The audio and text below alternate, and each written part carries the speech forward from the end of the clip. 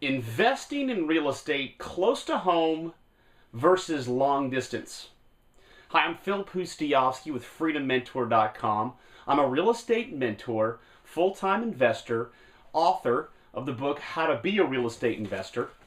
You can pick this up in Amazon. You also go to my website, get it for free. It's a best-selling book in the subject of real estate investing.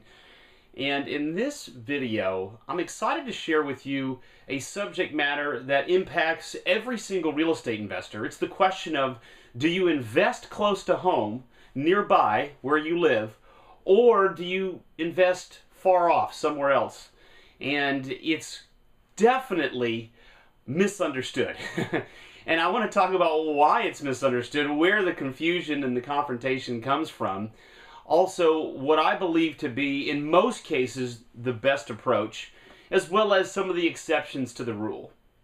Okay, so where does this question even come from? And why is it not so straightforward? For a couple of reasons. The first is this. In general, most people believe the grass is greener somewhere else down the road. They believe that their current situation, or what they currently have, isn't as good as over there. And that's just a basic human psychological tendency, which I don't know why it's built into us, but so often people think the grass is greener. And in most cases, it's not, okay? Now, there's more to it as well. I think in general, most people who are familiar with their local area tend to look more to the negative or the not positive side of things. So where they live, they think, well, there's no opportunity around here. Well, it's probably because they've never looked in the right way. A good example would be kaleidoscope thinking. It's the idea that if you turn the kaleidoscope, you see things totally different. So it's local familiarity that can actually be a hindrance, because someone is looking through a different lens and they don't see their area in quite the same light. Another thing that comes into play is if you ever network with other investors or real estate agents, or what I would consider competitors, anybody else who is investing in real estate locally, oftentimes they're not going to be extremely outgoing about sharing all the wonderful opportunities that are available. Usually it's more like, well, they've kind of changed things around here. Really hard to sell a property. That's what you're more likely to hear. And a lot of it is because they would rather you not be in the market, maybe. Because if you are, you're a competitor. So certainly, if you reach out for local knowledge, depending on their angle, I mean, maybe it's a real estate agent that just wants to get a commission, and maybe they tell you it's the greatest place to buy real estate in America. It just depends on their angle and what their agenda is. But in most cases, people, when you network with other competitors, other investors, they're probably not going to act as positive because it's not in their best interest to act positive. So, you know, when you combine all this, you got the local familiarity, you've got this grass is always greener, you've got your local competitors usually painting a negative light on the situation. You also have news. And news tends to be macroeconomics. What do I mean by macro? Macro meaning overall, big, versus micro. Real estate is very localized. And so even within a city, there can be so many different landscapes. You can have the ghetto, you can have the wealthiest part of town, you can have middle class, all these different areas of a city. And so whether the overall general market is going up or going down, one particular neighborhood may be booming, another one may be actually going down in value. So it's very localized. So what happens though is the news will say, well, these are the 4 states that have the highest levels of appreciation. And so then somebody will read that article and go, wow, I need to be invested in that state. Well, it's not quite that simple, because buying a house in a neighborhood is not necessarily going to be indicative of the way the whole state's going. I mean, it's very localized.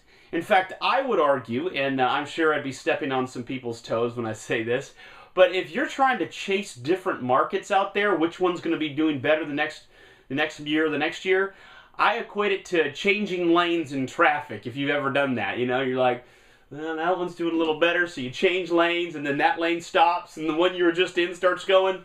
So I think trying to chase different markets, in most cases, is pretty much futile.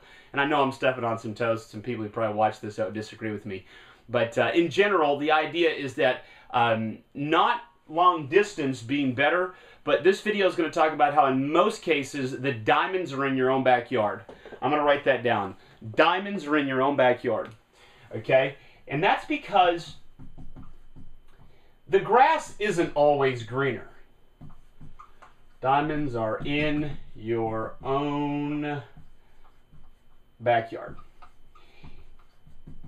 And real estate is so localized that you simply, it can be very difficult for the normal average investor. Now this is different. If you're a hedge fund manager and you're looking at buying 3,000 homes next week, that's a little bit different, okay? You're going to be buying so many houses at once that you will actually get some sort of semblance of the overall market because you bought so many at the same time. But for the average real estate investor watching this video, you're probably not going to buy 3,000 homes next week. So you're going to be focused more on the localized side of this business, the micro side of the business. And so the news reports that say that that city is doing well or that state's doing well, in most cases I really consider a lot of that noise. It's noise because it doesn't apply specifically to the property you're working on.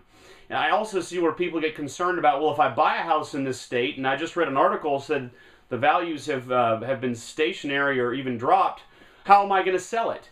Well, see, my attitude is in real estate, you only need one buyer. You don't need 4,000. You need one. And so it's very micro or localized. It's not macroeconomics that you're dealing with. All right, so let's talk about the reasons why your diamonds are in your own backyard and being local is so helpful. All right, the first reason is going to be, ironically, familiarity. Okay, so what that means is that you understand your area. And I want to tell you a good story about this.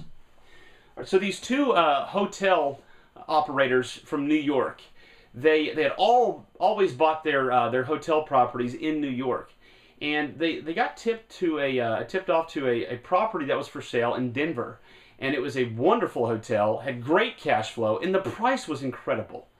I mean, the price was just beyond incredible, and up to that point, these gentlemen had never even considered buying outside of New York, because they wanted to stay local so they could manage their properties. And here they were presented with the deal of the century. You know, how could they be so lucky, right? So they flew out to Denver, and for 1 week they did intense due diligence on this property. They watched the staff, they watched the customers, and they just concluded this was the deal. So the night before they were going to fly back out, they're at the bar, and a gentleman comes up to the bar and starts talking with them. Turns out this guy's a pilot.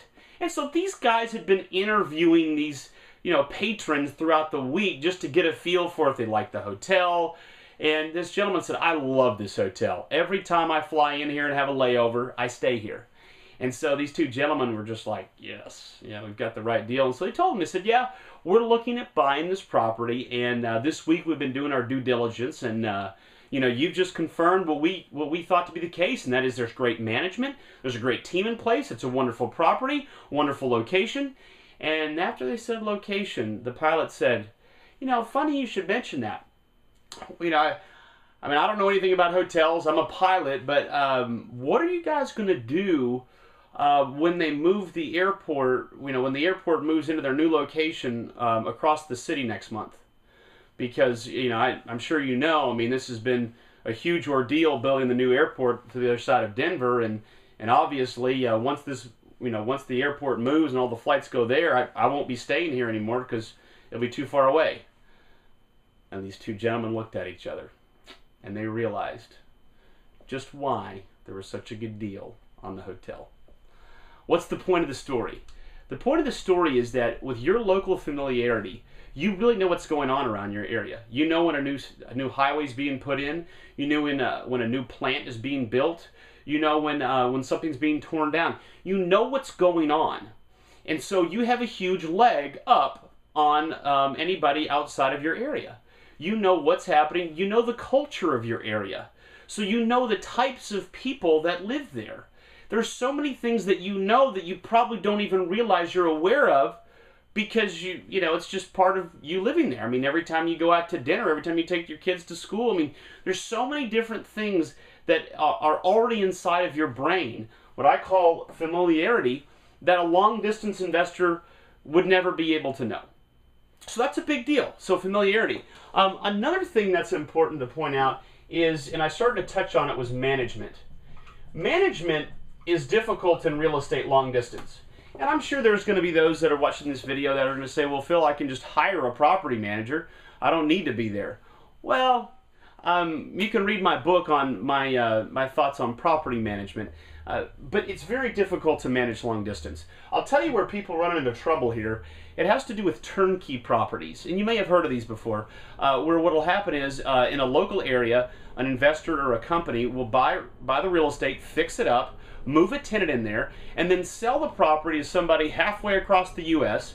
And they will call it turnkey because they not only bought it, fixed it up, and sold it to you, but they're also the property management company. And these turnkey properties really cropped up quite heavily the last couple of years. And I can't tell you the number of situations that I have to help our students that join our program that have had a turnkey property or two, and it's an absolute mess. You know, the properties in Memphis, Indianapolis, Detroit, Texas, it's, you know, Jacksonville, it's somewhere out there. And the problem is they're not there. And so they have to rely on the property manager to continue to fill the property, and it's very difficult to manage because real estate is hands-on. You know, being able to be there, you can see what the problems are. You can experience issues, and you know what? In a lot of cases, we always recommend our students do a rent-to-own offer or to get a tenant buyer as opposed to just leasing it out to a standard tenant. That way you get some money up front, which you could offset if the tenant moves out and trashes your place. But a property management company is not going to offer that service in most cases. So property management is very difficult long distance. Now, let me tell you, I moved from Nashville several years ago to Florida, and I had a lot of rentals in Nashville. So the question becomes, how many rentals do I have in Nashville now? 0. Why? I have 0 because it's very difficult to manage long distance. And if I can't do it, and I'm a professional, I've been doing this a very long time, I'm sure it's going to be very difficult for you to do it. So owning property long distance from a management standpoint is in many cases, I'll tell you, for a lot of people, it's an absolute nightmare. So if you do own a turnkey property right now, I pray for you. I hope you can work it out. Maybe the property management, maybe it all stays filled and everything works out great, and maybe over the course of 5 or 10 years it goes up in value.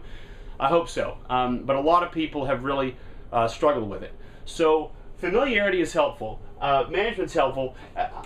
It's helpful to be local with the management. Another thing is just being local. You know, you can be, I mean, I'm going to say this, on the ground. Now, on the ground, in a lot of reasons, on the ground. On the ground because you can go look at the property. It's a big deal. It's one thing to see something on the computer, and I do a lot of my investing from a chair, from a computer screen. But at the end of the day, I still go out and look at a property. So looking at it on the ground is important. But that's just the beginning. Being able to meet the inspector, meet the appraiser at the properties, to control deals if you're trying to flip them. Being able to see what the problems are in case you have to hire a contractor so you know if they're lying to you or not. Contractors don't have a great reputation in this world for being incredibly ethical. So being on the ground is huge. You can see what the problems are. What if you want to meet a tenant before you put them in there? That way you know if they're going to be absolutely terrible to deal with or not.